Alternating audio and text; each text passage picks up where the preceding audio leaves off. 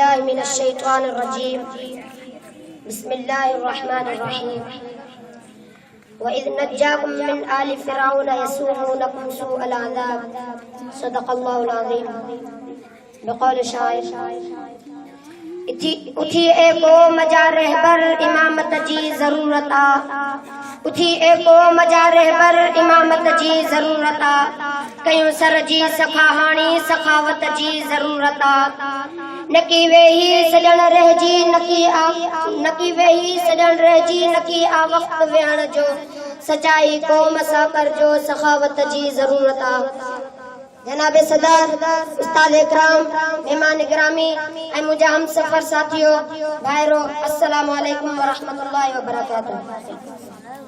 अज़ीज़ दोस्तो जीअं त तव्हांखे ख़बर पइजी वई हूंदी अॼु मुंहिंजी तक़रीर जो मौज़ू आहे मुंहिंजी तक़रीर जो मौज़ू अहिड़ो आहे त जेको मुंहिंजे कपिड़े ते लॻल भेज इहो पाण ई ॿुधाए थो त मुंहिंजी तक़रीर जो मौज़ू कहिड़ो आहे।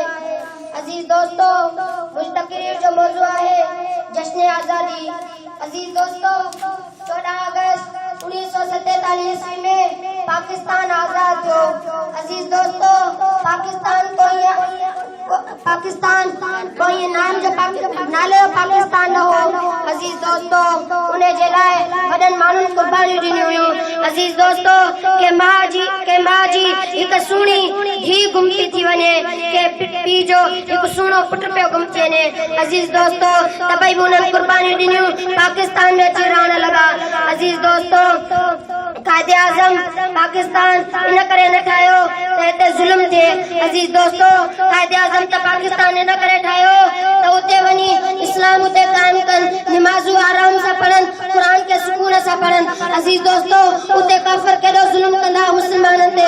अज़ीज़ दोस्तो जॾहिं पाकिस्तान ऐं हिंदुस्तान में हिकु जंग थी तॾहिं अज़ीज़ दोस्तो बादशाह बहादुर शाह ज़फ़र के गिरफ्तार करे वरितो ऐं मुस्लमाननि ते क़त्ल करण लॻा ऐं मुस्लमाननि खे ईअं मारण लॻा जीअं केरु अटे खे पीसींदो आहे।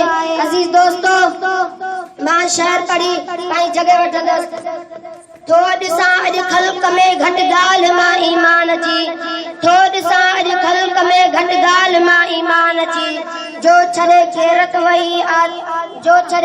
वई आ ना के ज़ुल्मत जी आदमी जो आदमी सां वेर वधंदो थो वञे दुश्मनी ते दुश्मनी आ ज़ुल्मत ज़िंदान जी नाह को आराम कंहिंखे नाह का सुख जी घड़ी वमा अलैना इल्लल बलाग।